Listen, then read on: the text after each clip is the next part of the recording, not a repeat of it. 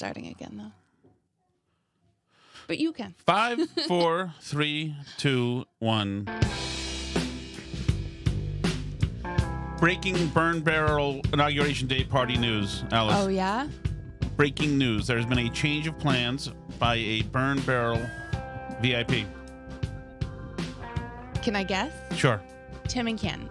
Incorrect. We're working on him still. Steve from Merrimack. Correct. Steve from Merrimack. Steve from Merrimack's going to be there? That's so great. Absolutely. We'll arrive a little bit late, but yes, he will be there. This is huge breaking news. You know, Steve from Gloucester, Steve from Merrimack, the B-Man guy, Harmon, my goodness, Joey Voices. Joey Voices, yes. Maybe. Any word from Michael Graham? He said maybe. We'll see. I make him sweat it when he invites me to places, so I'm getting like comeuppance. But Mrs. Michael Graham is lovely. I hope she comes. She is lovely. I don't know how much a huge Trump person. Well, we'll see. She likes fun though. She is fun. She is fantastic. She is fantastic. Not bad to look at too. I mean, right? I know. Right? Well, all burn barrelers, really. Okay. So, yeah, please RSVP if you haven't, or is that over now? You can still RSVP if you're listening right now. You're probably a burn barrel person. Just technically we're past the deadline, but if you want to come, just email us. Yes, and we'll figure and if you want to do something, I mean, let us know what food you want to bring. Food you want to bring. If you can't bring food or something, or we've had people say that they want to throw a few bucks towards the thing. Mm-hmm. And Phil is probably, I guess, he's team the organizer leader, the team leader. Yeah. So we'll connect you with Phil and all that stuff. But thank you to all you guys doing all that work. We would never have been able to do this. Yeah, never. Alice's new job and the stuff we have in our lives now are. But I'm super excited to attend as a guest. I'm thrilled. It's going to be really, really fun. So am I. And it will give us an idea, by the way, and this is a celebration for all of us and a thank you, really. But it'll give us an idea for in the future, like what we might want to do. Okay, are you ready, Alice? I'm ready. Okay, there's so much stuff happening today. It's funny, it goes back so much. I've never before with my show, my radio show, not been able to like cap off the oil hole, wherever it's called. What's an oil hole called? Well, is that what it is? An oil well? The spurting well. This already sounds sexual, right? This is, okay, a couple of things are happening. I guess we'll start with something from yesterday. The Eagles fan who we said yesterday should get, I'd be fine. He has been excommunicated from polite society, which I'm fine with. People are saying two wrongs don't make a right. I'm fine with it. I'm old enough now where I just want to witness some wet retribution. There has been a peace deal signed in an odd. Has Netanyahu officially agreed to it too, or is he I think still? Yeah. The peace deal has been signed, and now we're in the stage here. And some people are still upset, saying it's not that great a deal for Israel. There's something like 100 hostages left, 98 maybe, and this only releases 33 of them. And it's not clear that all the 33 are alive. And of course Israel has to release a gazillion horrible terrorists and criminals and stuff who have like murdered people in exchange, quote unquote, for the hostages. And the Gazans are celebrating. It is fascinating. Gazans are celebrating. The new head of Hamas is saying that they're going to do more on October 7th. Yada yada yada.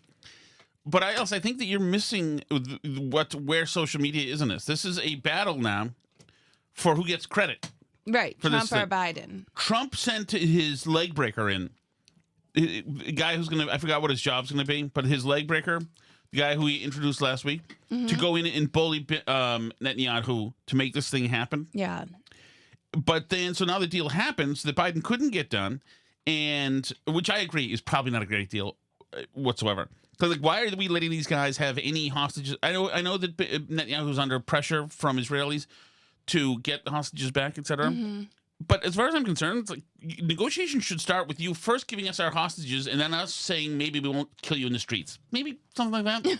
I know you would think that giving back the hostages would be like the first thing that Hamas and Gaza would think of if they wanted to end. Right, but they don't want to because obviously they're using this for as much. It's a political power for them to have So this hostages. is Joe Biden doing a victory lap, and I want you to notice how he announces this. Very good afternoon.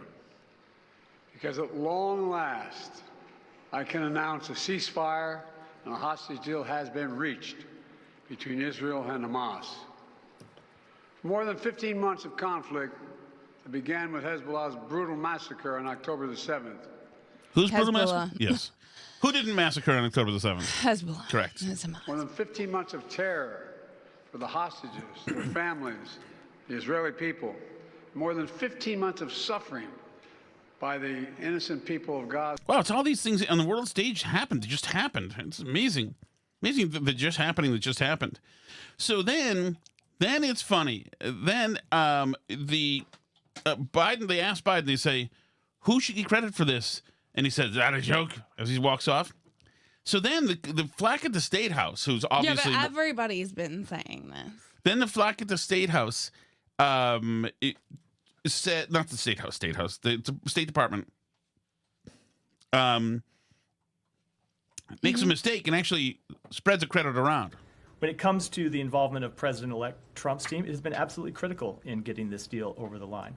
And it's been critical because, obviously, as I stand here today, this administration's term in office will expire in 5 days. And one of the things that we have always said about this deal is that when you get from stage 1 to stage 2, that the United States, Egypt, and Qatar are the guarantors of this deal. And Egypt and Qatar will push Hamas to stay at the bargaining table and to get from stage 1 to stage 2. And the United States will push Israel to stay at the bargaining table to get from phase 1 and phase 2. So obviously those are promises we cannot make on behalf of the United States for any longer than the next 5 days. And so it's critical that all of the parties to the agreement and the other mediators see that when the United States is in the room making commitments, those are lasting commitments that extend beyond this administration into the next one. Mostly the commitments are entirely in the next administration. Well, yes. And not in the current administration at all. Trump's bro, Stephen Witkoff, who's the badass who really got this thing going. Mm-hmm. Well, and Trump was like publicly saying stuff like that there had to be a deal by January 20th and all these things. It's very, very clear who got this done. And it's kind of fascinating because the whole narrative surrounding the election of like, oh, well, all the Arab Americans voted for Trump because the genocide, quote unquote, and the whole thing and blah, blah, blah. And obviously Trump is more pro-Israel in a lot of ways than Joe Biden and Kamala Harris are, right? But I think people believed that no matter how much Trump likes Israel, has a good relationship with Israel, his, daughter is married to and converted to become an Orthodox Jew, that he's the person who's going to make the war stop. Right. At the end of the day. Exactly. Which is what most people with a connection to that area want. Right. And it doesn't matter who likes Israel more than the other person, because people wanted a deal to happen and they wanted the war to stop. And it's clear that that was the right gamble to make, whether or not Trump likes Israel. And I think Trump does like Israel. Yes, I also think that there's, for people who are pro Hamas, who are Americans, and there's a lot of them, as a matter of fact, I think many of them, people from the area or who aren't natural-born Americans, don't like not only the fecklessness of Biden during this whole thing, but the weakness. Yeah. And, and I mean, a weak America leads to chaos in the world. I think we saw that under Obama. I think we saw it under Biden. I think we saw the opposite of it under Trump. And I think people said we want that back in terms of stability on the world stage, whether it's Ukraine, whether it's the Middle East, whether it's China, whatever it is. People know that Trump doesn't take bleep from people and Biden does. And it's so fascinating because this last ditch effort for Biden to take credit for this, it also comes as they're trying to do a big rehab of his image in the press. Oh, yeah. And now because Kamala lost, the press is sort of giving the Bidens this, elder statesman treatment. And the Washington Post did this big piece interview with Jill Biden today. Did you see any of this? I saw that she Biden was salty at Nancy Pelosi.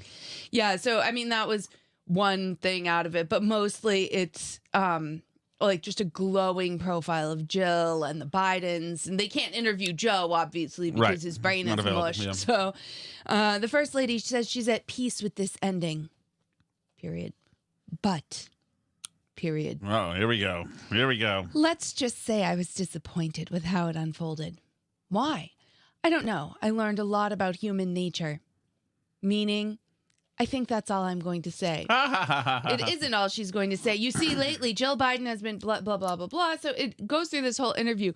But it's really, like, when I say glowing, this is what I mean. Like I said, Jill says, now seated in the green room of the White House on the first Sunday of January, I've been thinking a lot about relationships. Her face, nearly pearlescent with lustrous foundation, betrays no particular emotion. She's holding a china cup, tea, with honey and lemon. These are periods, these long pauses. This is the most, like, arduously written thing. It's been on my mind a lot lately, and Jill pauses. We were friends for 50 years. She is using her teacher's voice now. Oh, my God, they didn't say that. Yeah, oh, it was disappointing. No. Oh. It is a season of disappointment for anyone who loves the Bidens.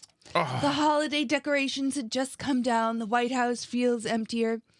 Lots of endings, the First Lady would text her dear friend Mary Duty. Lots of beginnings. Hasn't that been the story of the Bidens all along? The sudden calamities and the stunning resurrections, the handicaps, the addictions, the betrayals. Who the freak wrote this? This is in the Washington freaking Post. The Bidens have sucked. They have sucked. By Kara Vogt, V-O-G-H-T. It's amazing. It's amazing. They have sucked. Mm-hmm.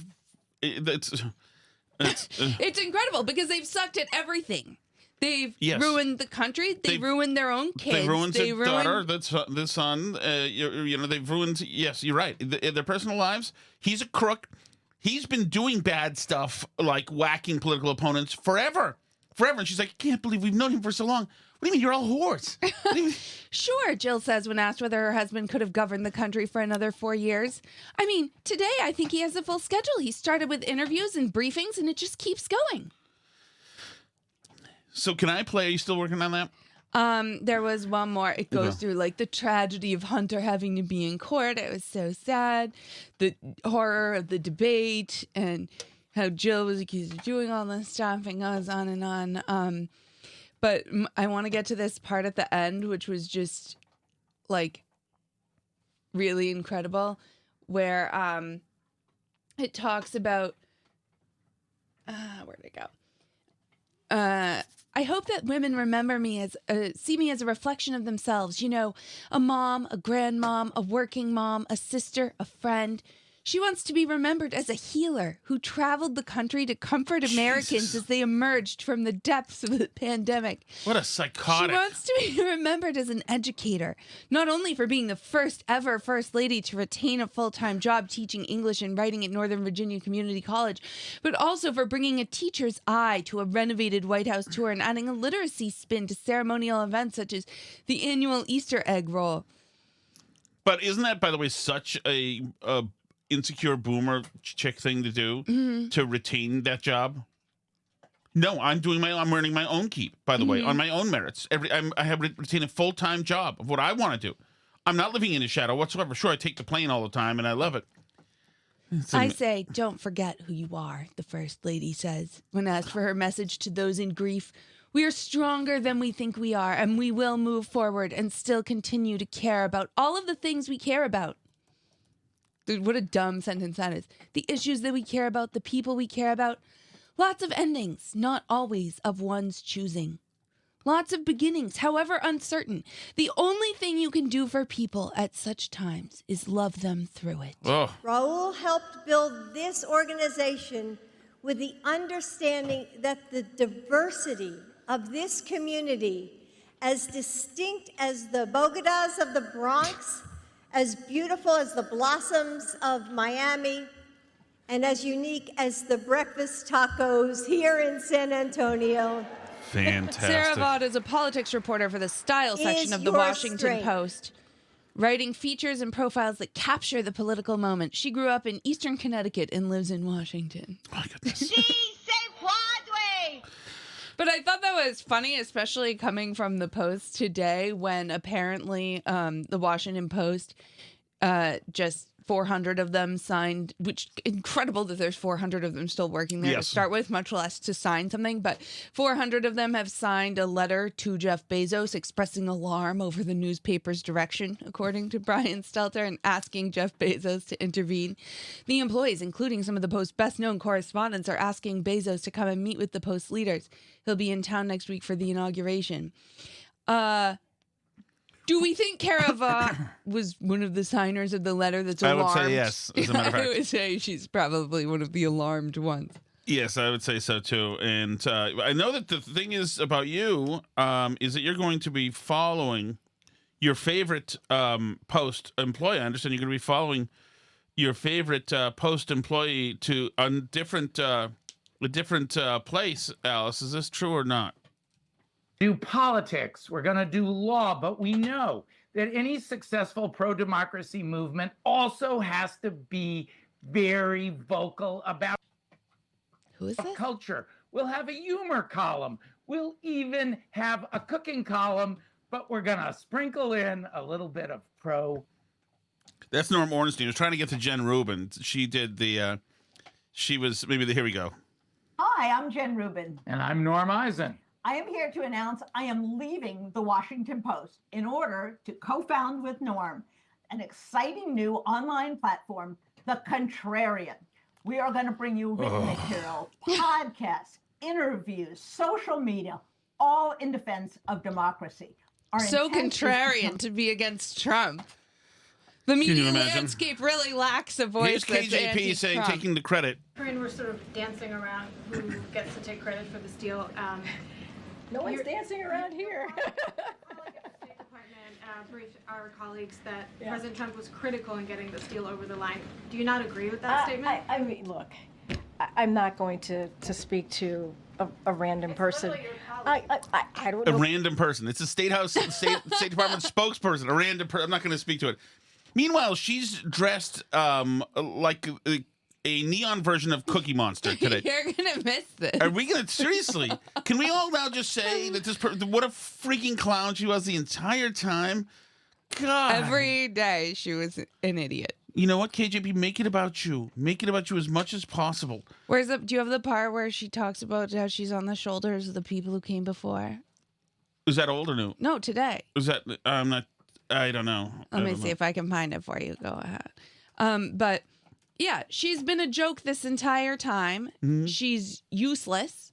She's not even like Jen Psaki or Kirby, etc. Like those people, they're all liars and hacks and whatever. But Karine Jean-Pierre stands out for, on top of that, being utterly incompetent. Oh, totally. Yeah, and I don't think we don't have to. You don't have to find it if you don't want to, because I want to get to something before you've only got 5 minutes before you get a bolt. So, can I just say just another thing? Mm-hmm. It's like talk about a culture shift that we're going through. This guy. Oh, I found it. Sports drinks like Gatorade and so-called vitamin water. It's even added to chicken broth, to corn, to pickles, to mustard, and to yogurt. And so, of course, our kids get sick. And we lovingly feed them chewable vitamins, which have, surprise, tartrazine. And so the cycle continues until the coughs and asthma. But that's just one of at least 100 chemical poisons that our health agencies allow into our children's food. I can make a video just like this to talk about Red 40, BHA. Red dye number 40. The Food and Drug Administration told us absolutely safe. No, you can use it absolutely safe. JFK Jr., RFK Jr. starts making noise about it, and suddenly, as of today, it's no longer safe. Huh. The FDA has come around. FDA has banned the use of red dye number 3, which is used in thousands of food products and is made from petroleum. So now they're suddenly banning all the dyes, which they said, oh, absolutely not, for 30 years. Just like a couple of weeks ago, they suddenly said the food pyramid's all wrong. Do the opposite. run away from these things, as a matter of fact. Well, they're wrong all the time. Doritos, in fact, aren't good for you. I mean, if you needed them to tell you that, I don't know what to say to you. I sent you the Karine Jean-Pierre clip, if you can play that. I would not be here today if it were not for generations of barrier-breaking people before me. I have She's stood crying. on their shoulders. I benefit from their sacrifices. I have learned excellence, and I am eternally grateful to them. And now I will pass the torch. Hold on one second. And I am eternally grateful to them. I like to think she said internally. I believe she may have. Sounded almost like she did. Oh, it's just absolutely wonderful. And I guess, let's see, what's the other thing I should do? We can hit really quick before you go in 3 minutes. CNN having to deliver news that they didn't want to about the situation in Los Angeles. Not long before deadly wildfires broke out in Los Angeles, firefighters were sounding the alarm about major staffing shortfalls inside the city's fire department. Our senior investigative correspondent, Kyung La, digging into the story for us. Kyung, a new CNN analysis backs up those concerns about staffing. Tell us more.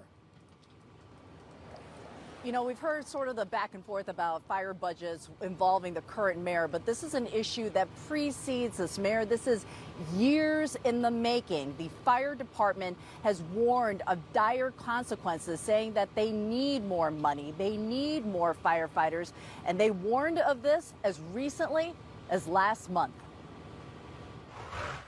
At that commission meeting, you said, it's dire, someone will die. It's eerie listening to your words because that's what occurred. So let me just take a minute, sorry. Fire Captain Freddie Escobar. You're not supposed to make me cry. 35-year veteran of the Los Angeles Fire Department wishes he'd been wrong, and this had not happened. Karen Bass is so effing done. All these people are done. Newsom, I think, would even be done. They are so effed, and it's so interesting. I mean, if that's true, that's great that Newsom's career is probably tanked. Well, by yes. this. I mean, because he was one of, terrible as he is, he was like one of their best hopes for 2028. Yes. And I mean, like, who do the Democrats have now? What options? Pete Buttigieg? Yeah. Like, who? I guess AOC is probably their best blockbuster candidate for 2028. Maybe. Like, I don't know. She's another avowed socialist, but there you go. She's moderated, I think. Anyway, I have to go pick up the kids. I'm going to leave you to finish up here. Are you going to be able to like turn off the stream and the recording when you finish? If a girl can do it, of course I can do it. Okay. Hello. Give it a shot. Give it a shot.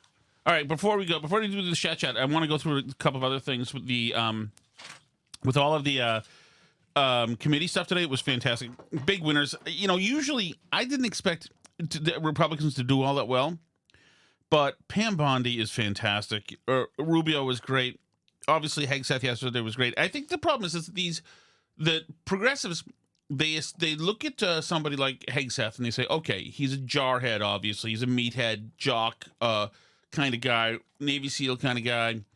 And so this is going to be easy. We'll just put him in that template and just treat him like that, and we'll throw him curveballs. There's nothing he can do. Of course, the guy also went to Yale.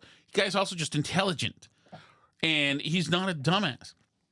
And so he dealt with them. We played it all yesterday. We didn't play it all. It was lots of great stuff. But he was really just phenomenal. Phenomenal. And so I think that they think that they can do that with like Pam Bondi. They think, okay, well, she's a fake blonde and she wants to let Jan Sixers go, etc. So these people ask the most like ridiculously dumb things. Here's Mazie Hirono, who's grotesque, talking to or questioning Pam Bondi. As part of my responsibility to ensure the fitness of all nominees, I ask the following two initial questions. First, since you became a legal adult, have you ever made unwanted requests for sexual favors or committed any verbal or physical harassment or assault of a sexual nature? No, Senator. Have you ever faced discipline or entered into a settlement relating to this kind of conduct? No. Waste of time, but, here we go. Hold on, we'll get back to this. Hirono asks more stuff, and it starts browbeating her, and Bondi goes right after her. Pam Bondi is acting like somebody who doesn't care if she gets doesn't confirmed. Senator Hirono, I wish you had met with me. Had you met with me, we could have discussed many things and gotten to know. I am listening to you now. Could you respond to the question? Yeah, you were the only one who refused to meet with me, Senator. But what we would have discussed is that it is the job of the Attorney General to I'm very follow happy to the listen to law. your responses on. Once again, Hirono is absolutely just gross. Here's her going back and forth with Adam Schiff. Will it be your advice to the president? No, Mr. President, I need to go over them on a case-by-case basis. Do not issue blanket pardons. Will that be your advice to the president? Senator, I have not looked at any of those files. If confirmed, I will look at the files And for will the you be able to pardons, as well will as you the be able to ongoing review investigation. hundreds of cases on day one?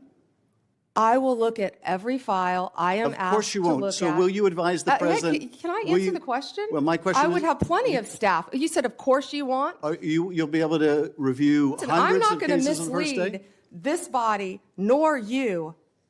All right, let me ask another question. You don't want to answer that. Let me answer You were another question. censured by It will Congress, also- Senator, for it will comments just also- like this that it are will so also- She's just great. She doesn't care. She's not afraid.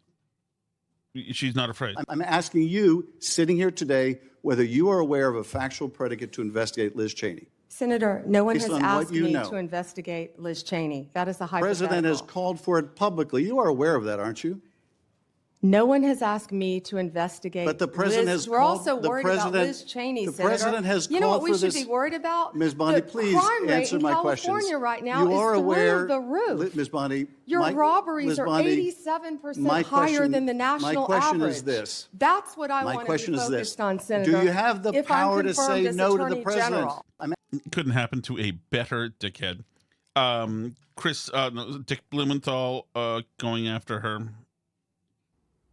I have to say also, really troubled, deeply disturbed by some of your responses and non-responses to the questions that you've been asked today. You have to be able to say that Donald Trump lost the 2020 election. You dodged that question when you were asked directly by Senator Durbin. You have to be able to say that January 6th insurrectionists who committed violence shouldn't be pardoned. You said that I have to sit up here and say these things. No, I don't. I sit up here and speak the truth. I'm not going to sit up here and say anything that I need to say to get confirmed by this body. I don't have to say anything. I will answer the questions to the best of my ability. Here. How great is that? She goes after Alex Padilla, who was going after her. This is just great. This lady does not give a bleep. I've always loved her for, I believe, obvious reasons, like many of you fellows have. But she is just the best. Your job will be, I'm speaking, your job will be I'm to speaking. A man protect said that to a voters blonde. and election workers, not to undermine and dox them. Now, I know that earlier you agreed that Joe Biden is in fact president, but many of the president-elect's inner circle continue to spread the big lie about the 2020 election. Then we'll move on to a different topic. 'cause I know Senator, that's one you were that you're obviously speaking. not comfortable May with. I speak? You When cut I me ask off you the when I next was question, speaking. you can speak, and I hope you answer, Ms. Bondi. Well, I'd now, like when to we met answer yesterday, the previous one, Senator. when we met yesterday, You pointed your finger at me and you said did not you were seem speaking. to be familiar let me answer with my question. the I'm not going to be Citizenship bullied by you, Clause, the Senator 14th Padilla. Amendment of the United States of America, which was deeply disappointing. I guess you And I'm didn't want to hoping hear you're more my familiar answer with it about today Pennsylvania. after I gave an opportunity to study overnight. So can you tell me and this committee what the Citizenship Clause of the 14th Amendment says? Senator, I'm here to answer your questions. I'm not here to do your homework and study for you. If I am confirmed Oh, as no, you're the Attorney one asking General- for a confirmation Hey, vote, you ma'am. cut me off. Can I please finish? What does the 14th Amendment say? Senator, the 14th Amendment, we all know, addresses birthright citizenship. I've been a state prosecutor. I've been a state AG. I look forward to, even given your remarks today, working with you and the people of California if I am confirmed as the 87th Attorney General of the United States of America. I didn't take your homework assignment. I'm sorry. I was preparing for today. How good is she? Oh, my frig. Oh, my goodness. Let's see. Is there anything else we want? Adam Schiff falls asleep at the Pam Bondi hearing. That's a visual one. I guess that'll do it for that right now. There's a couple things I want to get to tomorrow on all this stuff. In the chat, I was just in the chat. What's going on in the chat? Let me make sure I have the right chat. Dems are a special kind of terrible. It's a splash right now. Almost makes you wish for the days of Obama where they hated America but didn't spit commie goy slop and seemed like they were dragged from a cod. Yeah, you're right. Code Pink rally. Put on those headphones, Pepper. Oh, yeah. There's Pepper. She's losing weight. Pepper and I have had a tough weight-wise winter. Imagine showing up for 2+ years as a total comedy act. But the thing about KJP and her like Elmo suit that she's wearing today and the way she dresses is it's such navel gazing. It's all individual. Notice me, and it's like the idea is that you don't have somebody demanding that you notice them. The idea is that she is just part of the administration. They're so vain. They really are. Okay, let's go to the chat.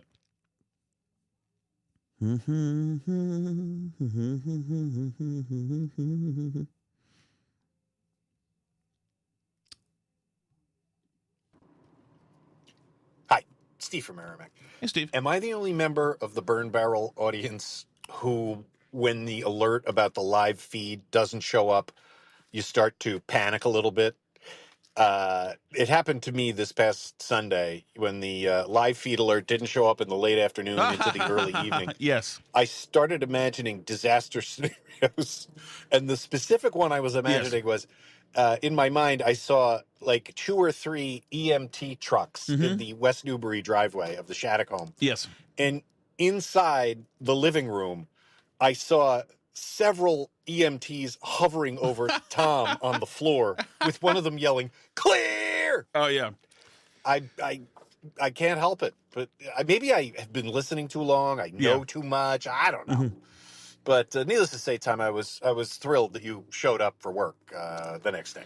Thank you. I did next day. That is not far off. This weekend was I just talked to one of the guys I was with this weekend, and we were like, no, not that again. Seriously, that is not far. There was no drugs involved or anything, but yeah, you definitely could see that. It was ill thought from Friday night through Saturday to it was not. Yeah, but I definitely was thinking that scenario could be happening as well. But I like the idea that I got downstairs because that's good because then he wouldn't have to go upstairs and see how messed up it is. So that'll be good. That's all Alice's only wish for me, which we did cover in an episode. Oh, you know what? That would be great. Is there somebody? Nobody. I'm not asking anybody here to do it because you guys have lives. But if there was somebody who was already, like Kirk has, like compiling like best of clips, etc., that we could play for the event. Maybe that's for another event, which Steve is now attending, by the way, the record show. It's a shame about Elizabeth Warren being reelected. Yeah, well. Because that granny, shaking, shrill voice, how does that appeal to women as she persisted? I know. I just don't get it. Yeah. It's something that, like, every guy, there's a way that she talks and Hillary talks, it hits every guy, and it's like fake, and it's angry, and it's little, it's just terrible. She has definitely got that. There's no doubt about that, man. Ugh. Hi, Steve from Merrimack. Hey, Steve. Your moment of zen yesterday, at least in the footage I saw, was when Pete Hegseth made Elizabeth Warren look like a complete fool for that question about generals and defense contractors. Yes. And if you saw Angus King sitting right next to Warren, he like rolled his eyes and threw his head back, and I could hear the groan. Yeah. Jesus. I mean, he's completely worthless too, but I'll give him, totally. 0.1% above Elizabeth Warren. My God. Oh, yeah. It is great to see what a mess they are. They've got no all-stars right now. They suck. They're terrible. They love Hamas. It's like they suck. It's so great. And Trump absolutely ground them into a dust. Freaking great. Great. Tom? Yes? When it comes to your party on Monday, Yes? you didn't do anything. You didn't do anything. What do you mean I didn't do anything? My party, I'm doing all sorts of stuff. We're getting mostly Phil and Mark and Tommy in New Hampshire. And some other folks are doing stuff, but that is incorrect. And by the way, I understand that gentleman is related to Stephen Gloucester. Steve, I will see you are RSVP'd. It's going to be a great combination of people there. Absolutely great combination. Hi, Steve from Merrimack. Hey, Steve. Regarding the fires in L.A., I don't know if you saw the Wall Street Journal editorial yesterday that, basically popping the balloon on all the moonbat fantasies about, these fires as a result of climate change and everything. And, the Wall Street Journal did research that showed, concerns about Santa Ana winds dating back to the mid to late 1800s. And Tom, I don't know if you listened to the commentary podcast, but John Podhoretz himself went back and read some of the building codes that were in California in the late 1800s, and it specifically states concerns about Santa Ana winds and the type of house to be built, where it should be built, and the direction it should be facing, et cetera, et cetera. So it's just it just disproving moonbat global warming is one of my favorite hobbies. Yes. But, the Wall Street Journal and the commentary podcast did it for me yesterday. So thank you. It's amazing. Yeah. Was it Noah Rothman who wrote No, he wrote something for today. This week has been such a blur, Steve, that it's been just nuts. I have noticed, by the way, that today's commentary magazine podcast, at least for me, showed up like 2 hours late. No bueno. Guys, let's go. I want that baby done by 10:30 every day. 10:30 every day. But it's great. Good to have Noah Rothman on. I still need to hit the thesaurus about 6,000 times when he's on, but we love him. Tom, thoughts on Nancy Mace? I saw her recent with Senate meeting. Jasmine Crockett, that's right, who was like doing the Ask Slay Queen thing. Yeah, I am. I'm going to be a bit, James, why don't you throw him in his, or hold on one second. Just Child Protective Services listening.